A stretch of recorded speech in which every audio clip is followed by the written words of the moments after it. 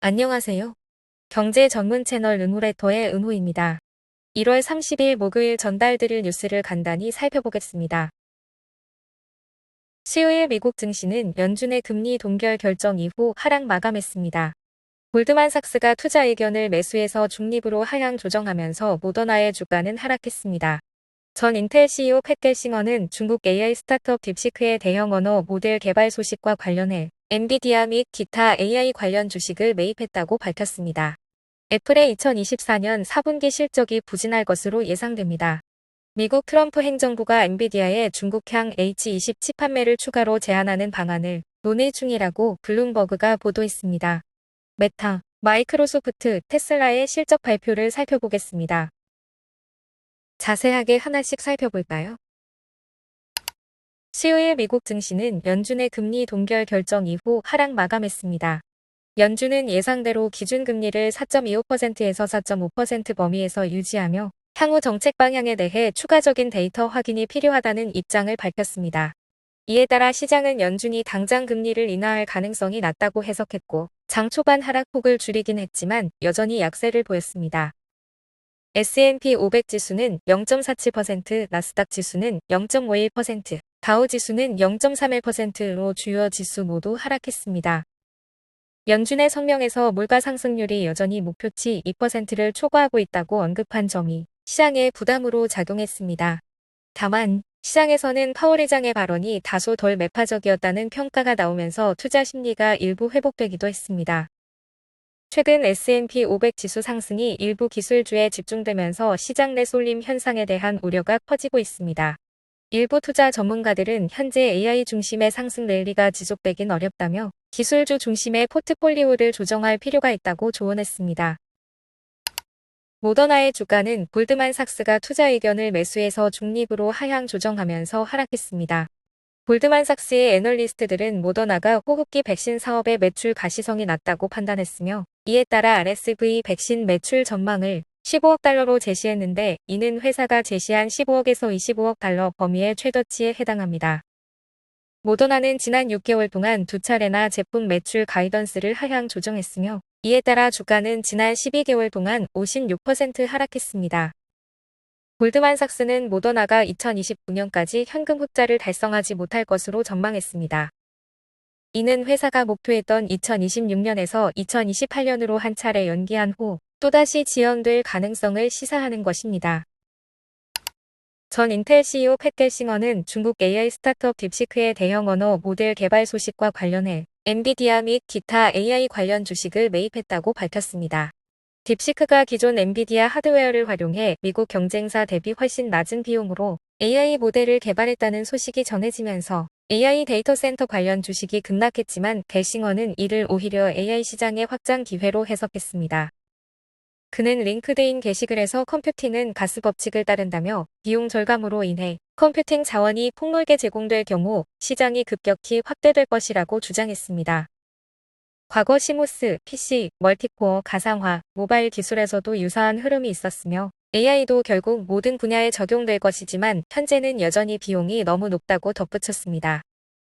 또한 갤싱어는 딥시크의 오픈소스 접근 방식을 높이 평가하며 최근 AI 연구가 폐쇄적으로 변하는 점에 실망감을 표했습니다. 애플의 2024년 4분기 실적이 부진할 것으로 예상됩니다. 인공지능 기능 출시 지연과 중국 스마트폰 시장 내 경쟁 심화로 인해 아이폰 수요가 둔화되었기 때문입니다. 애플을 비롯한 구글과 삼성 등 경쟁사들은 AI 기능을 통해 기기 판매를 촉진하고 있지만 아이폰 16 시리즈는 2024년 9월 출시 당시 AI 기능이 부족했으며 개선된 시리 등 주요 AI 서비스는 일부 지역에서 올해 말에야 도입될 예정입니다. 특히 AI 뉴스 요약 기능이 부정확한 헤드라인을 생성해 논란이 되면서 애플의 AI 기술력이 경쟁사 대비 부족하다는 점이 부각됐습니다. 알곤 에셋 매니지먼트의 투자 매니저인 제인 헵번 스콧은 AI가 핵심 기술 혁신으로 자리 잡았음에도 애플이 경쟁에서 뒤처지고 있어 시장 점유율을 잃고 있다고 평가했습니다. 글로벌 시장에서 애플의 스마트폰 점유율은 2023년 4분기 25%에서 2024년 4분기 23%로 감소했습니다. 중국 시장에서는 점유율이 10%포인트 하락해 17%에 그쳤습니다. 맥심그룹의 애널리스트 톰 포르테는 강달러로 인해 애플의 실적이 시장 기대치를 초과하기 어려울 수 있다고 분석했습니다. 미국 트럼프 행정부가 엔비디아의 중국향 H20 칩 판매를 추가로 제한하는 방안을 논의 중이라고 블룸버그가 보도했습니다. 논의는 아직 초기 단계이며 트럼프 행정부가 관련 부서를 정비하는 과정에서 정책 우선순위를 검토하는 차원이라고 소식통들은 전했습니다. H20 칩은 기존 미국의 수출 규제를 준수하기 위해 엔비디아가 성능을 낮춰 중국 시장용으로 개발한 제품입니다. 그러나 최근 중국 AI 스타트업 딥시크가 이전 세대의 엔비디아 칩을 활용해 미국 경쟁사의 AI 모델과 유사한 성능을 구현했다는 소식이 전해지면서 미국 정부는 AI 기술 우위를 유지하기 위한 추가 규제를 고려하고 있습니다. 미국 상무장관 지명자인 하워드 루트닉은 의회 청문회에서 반도체 규제에 매우 강경한 입장을 취할 것이라고 밝혔으며 이는 향후 엔비디아의 중국 매출에 추가적인 타격을 줄 가능성이 있습니다. 메타 플랫폼스는 2024년 4분기 실적에서 매출이 전년 대비 21% 증가한 483억 9천만 달러, 조정 EPS는 전년 대비 50% 증가하여 8.02달러를 기록하며 시장 예상치를 상회했습니다. 광고 매출은 467억 8천만 달러로 전년 대비 21% 증가했으며 광고 노출수는 6%, 광고당 평균 가격은 14% 상승했습니다. 영업이익은 전년 대비 43% 증가한 233억 7천만 달러, 영업마진은 48%로 수익성이 크게 개선되었고 자유현금 흐름은 131억 5천만 달러로 예상치를 크게 초과했습니다. 메타는 AI 및 인프라 투자 강화를 위해 2025년 연간 자본 지출 가이던스를 600억에서 650억 달러로 상향 조정했습니다. 직원 수는 74,067명으로 전년 대비 10% 증가했으며 2025년 총 지출은 1,140억에서 1,190억 달러로 예상됩니다. 2025년 1분기 매출 가이던스는 395억에서 418억 달러로 제시되었으며 예상 성장률은 8에서 15%입니다. 시포는 환율 변동으로 1분기 약 3%의 역풍이 예상된다고 밝혔으며 AI 및 기술 인재 확보에 따른 비용 증가도 전망했습니다.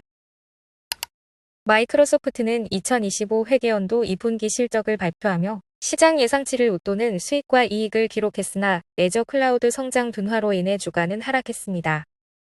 이번 분기 마이크로소프트의 매출은 696억 달러로 예상치 688억 달러를 상회했으며 전년 대비 12% 증가했습니다.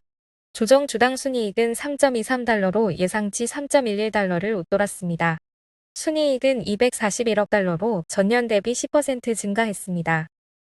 CEO 사티아 나델라는 AI가 기술 스택 전반에서 혁신을 주도하고 있으며 고객의 투자 수익률 ROI를 극대화할 수 있도록 지원하고 있다고 강조했습니다. 또한 마이크로소프트의 AI 관련 연간 매출이 130억 달러를 돌파했으며 전년 대비 175% 성장했다고 밝혔습니다. 총 클라우드 매출은 409억 달러로 전년 대비 21% 증가했으며 주주 환원 규모는 97억 달러였습니다. CFO 에이미 후드는 클라우드 및 AI 인프라에 대한 지속적인 투자를 유지하면서 운영 효율성을 극대화할 것이라고 밝혔습니다.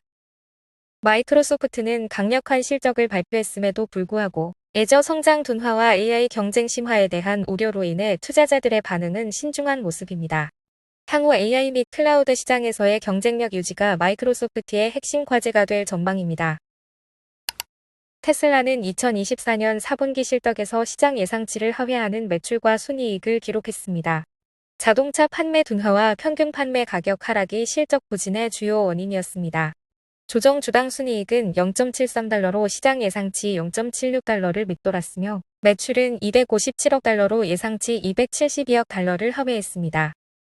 자동차 부문 매출은 전년 대비 8% 감소한 198억 달러를 기록했습니다. 이러한 부진에도 불구하고 에너지 사업 부문은 강한 성장세를 보였습니다. 에너지 생성 및 저장 부문 매출은 전년 대비 113% 증가한 30억 달러를 기록하며 사상 최고 매출을 달성했습니다. 상하이 메가팩토리가 4분기 완공되어 올해부터 생산이 본격화될 예정이며 2025년에는 에너지 저장 배치량이 최소 50% 증가할 것으로 전망됩니다. 4분기 동안 테슬라는 원자재 비용 절감 등을 통해 차량당 원가를 35,000달러 이하로 낮추며 제조 비용 절감 노력을 지속했습니다. 또한 인공지능과 완전 자율 주행 기술 개발에 박차를 가하고 있습니다. FSD의 누적 주행 거리는 30억 마일을 돌파했으며 AI 교육 컴퓨팅 용량은 400% 증가했습니다. 테슬라는 2025년 미국 일부 지역에서 무감독 자율주행 옵션을 출시하고 유럽과 중국에서도 해당 기술을 도입할 계획입니다. 테슬라는 차세대 차량 및 자율주행 로보택시 사업도 본격화할 예정입니다.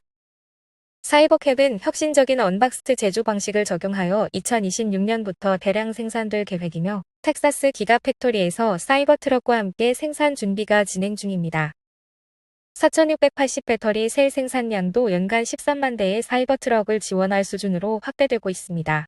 전반적으로 테슬라는 자동차 부문 매출 둔화로 인해 단기적으로 어려움을 겪고 있지만 에너지 사업 성장과 자율주행 기술 개발 가속화로 장기적인 성장 가능성을 유지하고 있습니다. 오늘 전달해드릴 뉴스는 여기까지입니다. 은오레터는 투자 권유가 아닌 정보 제공을 목적으로 하며 투자 판단은 구독자 본인의 책임입니다. 들어주셔서 너무 감사드리고 은퇴하는 그날까지 파이팅입니다. 도움이 되셨다면 좋아요와 구독 부탁드립니다.